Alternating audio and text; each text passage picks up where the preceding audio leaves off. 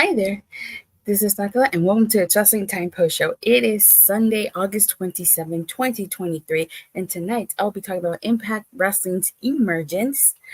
Alright, so tonight marked the return of Steve Maclin.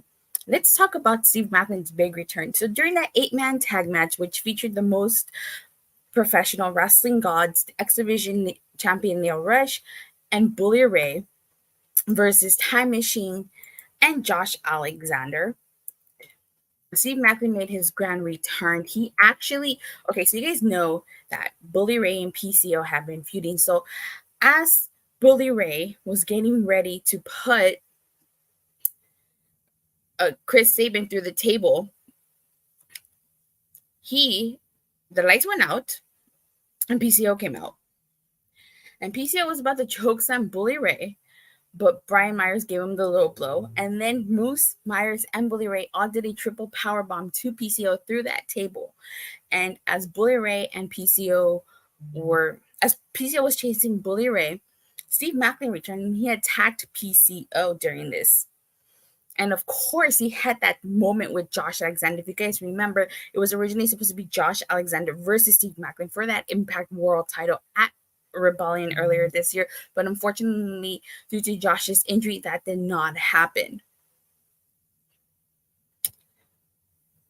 So, and it was actually supposed to be in that same arena too.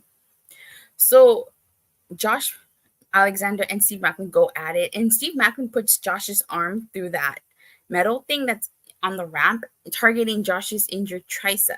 And so, security eventually breaks up Steve Maclin and Josh Alexander. So when Josh goes back to the ring, Brian Myers accidentally throws him into Shelly. And so Shelly gets offended by this and he just leaves poor Josh Alexander alone in the ring. So this allows Moose to spear Josh Alexander. And so the most professional wrestling gods, Bully Ray and Lio Rush, are victorious here. Now, I find it interesting that it was Moose that got the win here, especially if you guys remember in 2021, Moose won the Call Your Shot Gauntlet, cashed in on Josh Alexander after he just successfully defeated Christian Cage for that Impact World title, and basically robbed him of his moment in front of his family. And that was one of the things that I liked about this match, is we had that moment with Josh and Moose rekindling their rivalry from 2021. And I find it so ironic that not only did Moose pin Josh, he pinned him the exact same way with a spear. Now, where do we go from here? So, at the end of Bound for Glory, it was announced that Will Ospreay is coming back to Impact and will be at Bound for Glory. So, there's so many angles we can go here. We're probably going to do maybe Steve Maclin versus Josh Alexander at Bound for Glory, since that was the match we were supposed to get. I could maybe see Moose versus Shelly at Victory Road, since Moose got the win here and he did beat Josh Alexander. Not only is Josh Alexander a former Impact World Champion, he is the longest reigning World Champion, and Moose himself is a former Impact World Champion. So could we do Moose and Shelly at Victory Road? Maybe. But I honestly think maybe it might be Josh Alexander versus Steve Maclin at Bound for Glory. But what if at Victory Road it's Moose and Steve Maclin versus Josh Alexander and Alex Shelley? That can they coexist storyline? But anyway, this was a really good 8-man tag match. Actually really enjoyed it. And so much is going to happen leading up to Bound for Glory. All right. Let's kick off with Speedball Mike Bailey versus Alan Angels here, which kicked off on the kickoff to Emergence. So this is a really good match. This is a rematch, so to speak. You guys remember when Alan Angels first came to Impact Wrestling, he answered Speedball Mike Bailey's open challenge for that X Division title in Georgia in a match which Alan Angels did lose, but he showcased what he can do. Now, this was an incredible match. Of course, Bailey, trying to be a good sportsmanship, gives his hand to Angels, and Angels kind of like fakes that he's going to attack Speedball. They do shake hands, but then Angels attacks Speedball. So like I said, this match was incredible. Great showing by both guys. Alan Angels really hasn't done much since he split from the Design.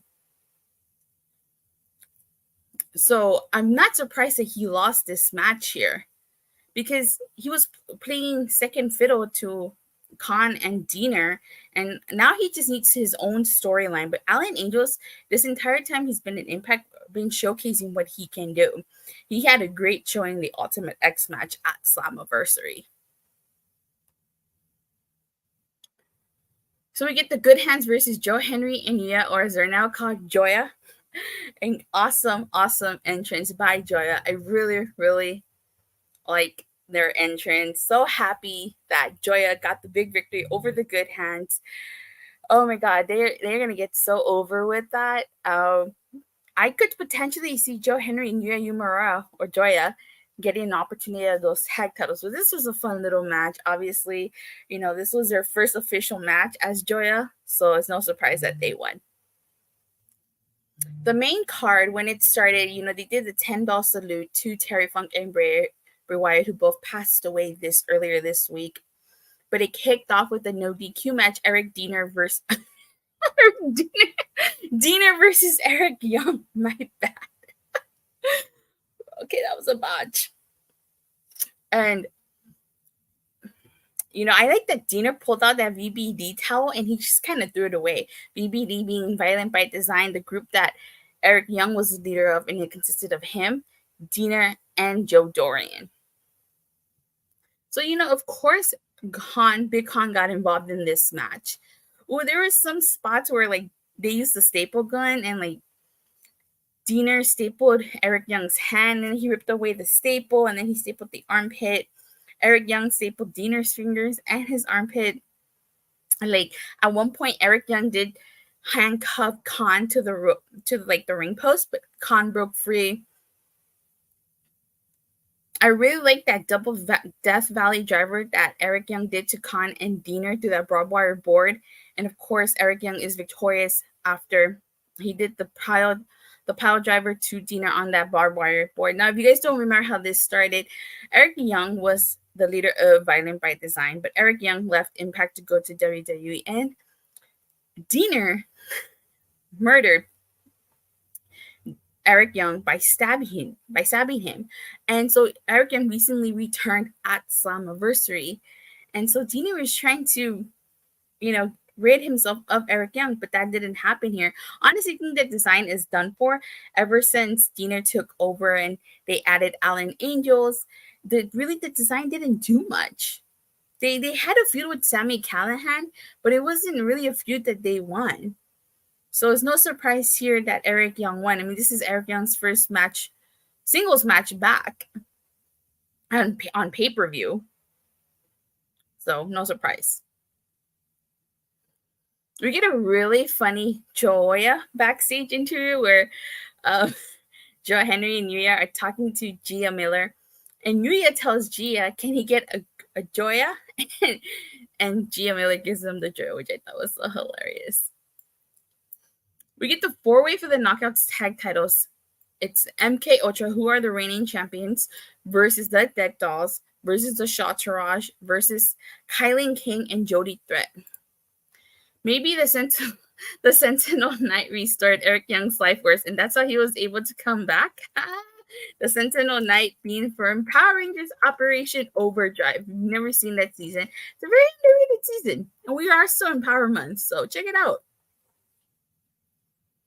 So this match was originally supposed to have the Coven, but somebody attacked Taylor Wilde backstage, and she was replaced by Jodi Threat in this match. So I honestly wanted MK Ultra to retain here. Now, if you're wondering, how do we get this 4-way? I'll tell you how. So MK Ultra took the titles off the Coven. This was supposed to be MK Ultra versus the Coven, but it became a 4-way match. The Giselle Shaw beat Masha Slamovich, of course, with the help of Jay Vidal. And KiLynn King, like I said, the Coven were the former Knockouts Tag Team Champions, and the Dead Dollz are also former Knockouts Tag Team Champions. So Santino Marella decided to make this a 4-way, and it was honestly a great showcase of not only the Knockouts division, but the Knockouts Tag Team division. Awesome win by MK Ultra. They double teamed Courtney Rush at the end to successfully retain their tag team titles. So we get a Johnny Swinger interview where he talks about how He has a crack at the sap, and he's gonna strap it on. He's been thinking about what it takes, and that tonight means everything to him. By hook or by crook, he will do everything in his power to win that shot. This is honestly the most serious I've seen Johnny Swinger in the entire time I've been watching Impact. I've never seen Johnny Swinger this serious before. So this leads up to the digital media title match. It's Johnny Swinger versus Kenny KING King. And I thought this was going to be a squash match. I really was happy to find out it was not a squash match. Johnny Swinger, he took it to Kenny KING King. Honestly, like, of course, Shelton Jean was at ringside. He got ejected at one point. But there was this one spot where Heath came and he hit the wake-up call to Kenny KING King, and I thought it was over. But nope, it was not over. Kenny KING King ended up hitting the Royal Flush to Johnny Swinger, and he successfully retained his digital media title. Now, Johnny Swinger was on a quest to earn a title shot. He had to get 50 wins by Scott D'Amore. And then Santino Marella said he could win one match and he would get a title match. So the way this came about was Johnny Swinger defeated Ziggy Dice in a loser leaves Impact match. And so Johnny Swinger ended up challenging Kenny KING King for this digital media title, which I honestly thought he was going to challenge Alex Shelley. But hey, this match worked just as fine. So at the end, you get Shelton Jean and Kenny KING King double teaming Johnny Swinger. Security and Tommy Dreamer come out to try to protect Johnny Swinger. And what do? Shelton Jean and Kenny KING King attack Dreamer as well. If I had to guess, and this is just me guessing here, like throwing stuff out, maybe a tag team match, Johnny Swinger and Tommy Dreamer versus Shelton Jean and Kenny KING King. But what do you guys think? Okay. So we get the Impact World Tag Team title match. It's SubCulture versus the Rascalz. Holy smokes. This was, in my opinion, like freaking match of the night. This match was freaking incredible. I honestly thought that ABC was going to, return the favor to the Rascalz and cost them their titles here, because honestly, like, the feud between the Rascalz and ABC does not need the tag titles. You could have had SubCulture retain and have the Rascalz and ABC feud separately, allowing other teams to get an opportunity of those tag titles. I love this match too, right? This was incredible. I think the highlight here was Danny Luna doing a crossbody to the Good Hands, because the Good Hands came out to try to stop ABC.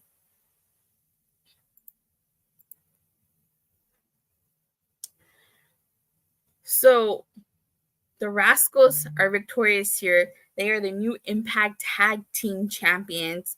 And like I said, this match was incredible. Match of the night for sure. But it seems like we're probably going to move on. SubCulture is probably going to get a rematch. And then after that rematch, I would not be surprised if we get a Rascalz versus ABC feud. Which, like I said, I felt like that feud does not need the tag belts.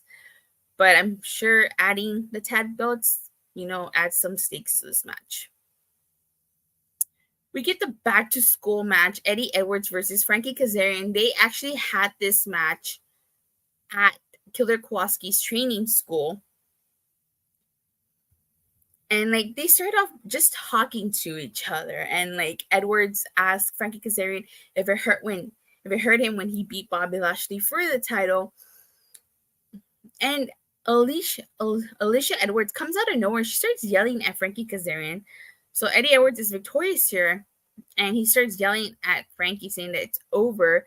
And you would think that I thought that this was supposed to end their feud, but based on what happened afterwards, like, Frankie Kazarian is just looking at a photo of Killer Kowalski, and then out of nowhere, Lish hits him in the back with a kendo stick, and Eddie Edwards tells him that he's a disappointment, and he then hits him with Walter's photo. So kind of maybe seems at Bound for Glory we might get Eddie Edwards and Alicia Edwards versus Frankie Kazarian and maybe Tracy Brooks. Because if this was over, they would not have done that angle. That's just my opinion. Next, we get the IWGP World Champion Sanada versus Jake Something. This was a non-title match. This was a good match. I knew Jake Something was going to lose going into this match, but the whole point of this was just to showcase Jake Something. He looked incredible in this match, and you can look good in defeat. And so I know some people were probably upset over the fact that Jake Something was going to lose this, but you are not going to have Sanada, the current IWGP World Champion, lose. So, but Jake Something looked really good. So after this is the 8-man tag match, which I already talked about. So I'm going to go ahead and talk about the main event. But before that, we do find out that Jordynne Grace is returning to Impact at Victory Road. So the main event ends up being the Knockouts title match, Deonna Purrazzo versus Trinity. Gail Kim does commentary. Jade Chung is the special guest ring announcer for this match. Now, this is Deonna Purrazzo's rematch. If you guys remember at Summerversary, Trinity defeated Deonna Purrazzo with the Starstruck, making her tap out. And of course, to Deonna, nobody beats the Ruchosa twice. This was a really good match. But the ending, with the Code Red and then the Starstruck to Deonna, Trinity was victorious again by submission. I'm really curious as to why that happened. I knew Trinity was going to win this, but I thought it was going to be by pinfall, not submission. Interesting that she beat Deonna twice by submission. So at the end, Deonna shakes Trinity's hand, and that is how Bound for Glory goes off the air. I kind of thought maybe we were going to get a returning Mickie James, but that didn't happen here. And like I said earlier on the night, we find out Will Ospreay is coming at Bound for Glory. Honestly, I would love to see Will Ospreay versus Speedball and Mike Bailey. But if you're going to have Will Ospreay come, what better way to book him again than against the current Impact World Champion, Alex Shelley? But we'll see. I prefer a Speedball Mike Bailey. And as for Deonna, honestly, after that 4-way match at Multiverse United, give me Deonna versus Julia for that New Japan Strong Women's title. That's what I want to see, a one-on-one match. But overall, I really liked the Emergence tonight. There's nothing I can really complain about it. Awesome show, top to bottom, and it was a lot of great matches here.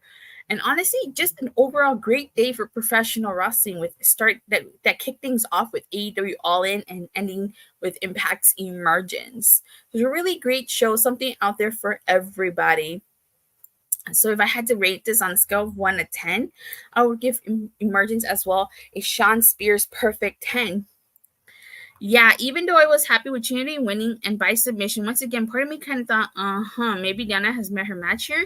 Yeah, that if I did have one complaint, it would be that Trinity won twice by submission. But aside from that, I can't complain too much. This was a fantastic show, fantastic match as well.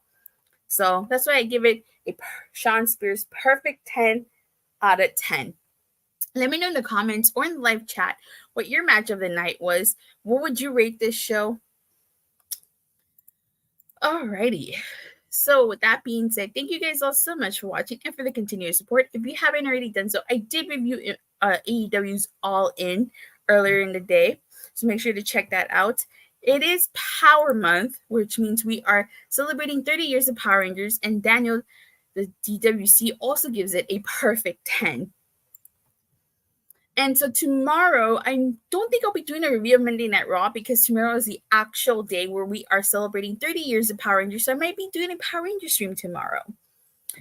And also throughout this month, I've ranked the themes from Mighty Morphin to Dino Fury, from my least favorite to my most favorite. I unboxed the Black and Gold Dino Megazord. And actually, Dino, who is in the chat with me, he and I talked about the anniversary specials, the 10th, 15th, 20th, 25th, and 30th. That video should be out probably by Friday, maybe, because I do have to still edit. But with that being said, like I said, thank you guys all so much for watching. For the continued support, please don't forget to like and subscribe. Make sure you hit that bell so that you get notified whenever I go live or release a new video. Hype. Yeah, hype. And I'll see you guys tomorrow, probably after Raw for that Power Rangers stream if I decide to do one. And if not, then I'll see you guys Wednesday after Dynamite. Bye.